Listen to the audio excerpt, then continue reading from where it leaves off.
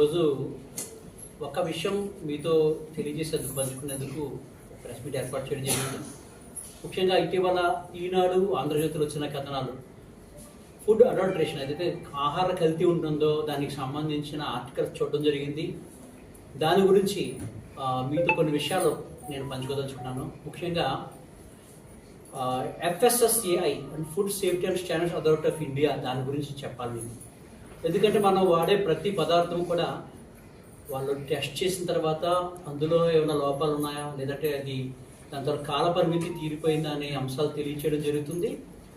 మనకి సంయుక్త ఆంధ్రప్రదేశ్కి సంబంధించి తెలంగాణ ఇప్పుడైతే తెలంగాణ హైదరాబాద్లో ఒకటి మాత్రమే ఉండేది. అయితే నరేంద్ర మోడీ గారు ప్రధానమంత్రి అయిన తర్వాత దీని మీద దృష్టి సారించారు. దానికి సంబంధించి ఆంధ్రప్రదేశ్ అంటే విభజిత ఆంధ్రప్రదేశ్లో 3 ల్యాబ్స్కి దీనికోసం ఫుడ్ టెస్టింగ్కి సంబంధించిన ల్యాబ్స్ ఏర్పాటు చేయాలని చెప్పి తలంచడం, గత ఫిబ్రవరిలో వర్చువల్గా దాన్ని ప్రారంభించడం కూడా జరిగింది. మీకు అందరికీ తెలిసిన విషయమే. అయితే ఫిబ్రవరిలో ప్రారంభమైన ఇంతవరకు ఆశించిన స్థాయిలో ఇంకా పని ప్రారంభం అవ్వలేదనేది నిజం. అక్కడికి గత వారం మేము వెళ్ళి చూసినప్పటికీ ఇంకా పూర్తి స్థాయిలో ఎక్విప్మెంట్ రాలేదని చెప్పడం జరిగింది. అదేవిధంగా ఎంప్లాయీస్ కూడా దానికి సంబంధించిన నిపుణులు కూడా పూర్తి స్థాయిలో అక్కడ లేకపోవడం వలన ఇక్కడ నుంచి ఏదైనా టెస్ట్ చేయాలంటే ప్రతి ఐటెం కూడా హైదరాబాద్ వెళ్ళి రావడం, అక్కడ ఎక్కువ డిలే జరగడం వల్ల నాణ్యత ప్రమాణాలు సరిగా ఫాలో అవ్వలేకపోవడం ఆంధ్రప్రదేశ్ జరుగుతుంది. ఈ స్టాండర్డ్స్ ఏవైతే ఉన్నాయో అంటే ఫుడ్ సేఫ్టీ ఇండెక్స్ ఉంటుంది, ఇది ప్రతి రాష్ట్రానికి కూడా FSSAI వాళ్ళు రేటింగ్ ఇస్తారు. ఆ రేటింగ్లో కూడా ఆంధ్రప్రదేశ్ చాలా వెనుకబడి ఉంది. దీనికి కారణం అది మనకి ఏంటంటే హైదరాబాద్లో లేకుండా ఇక్కడ నుంచి అక్కడికి వెళ్ళడం ఇదంతా జాప్యం జరగడం వల్ల సరిగ్గా ఇక్కడ పనిచేయలేకపోతున్నారని చెప్పి మనకు తెలియవచ్చింది. ఇప్పుడు వాళ్ళకి అధికారులకు కూడా మేము తెలియజేసేది ఒకటే, ఏదైనా ఇబ్బంది ఉంటే కనుక ఖచ్చితంగా కేంద్ర ప్రభుత్వాన్ని అదేవిధంగా రాష్ట్ర ప్రభుత్వం కూడా మాట్లాడి వాళ్ళ సమస్య పరిష్కరించాలని చెప్పి మేము ప్రయత్నం చేస్తున్నాము. ఈలోపు ఎమ్మెల్సీ ఎన్నికలు కూడా రావడం వల్ల కాస్త జాప్యం జరుగుతూ ఉంది. ఖచ్చితంగా ఏదైతే ఆంధ్రజ్యోతి ఈనాడులో వచ్చిన కథనాలు ఉన్నాయో వాటికి క్లారిటీ ఇచ్చే విధంగా ముందు రాష్ట్ర ప్రభుత్వం అయితే అది ఇక్కడ పనిచేసే నిపుణులు కానివ్వండి, ఎంప్లాయీస్ ఎవరైనా సరే రాష్ట్ర ప్రభుత్వం ఆధ్వర్యంలోనే అపాయింట్ చేయడం జరుగుతుంది.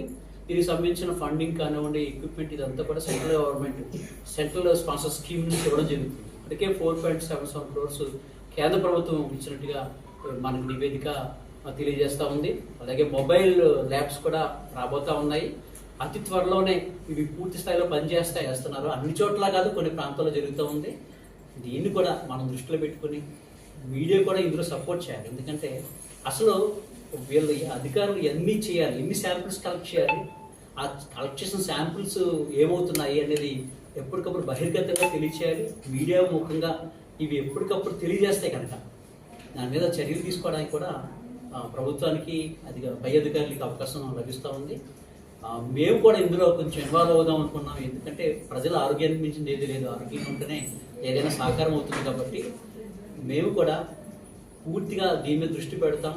ఎక్కడ లోపాలు ఉన్నాయో ఆ లోపాలను సవరించుకుంటూ ముందుకు వెళ్ళే విధంగా ప్రయత్నం చేస్తూ ఉంటాము.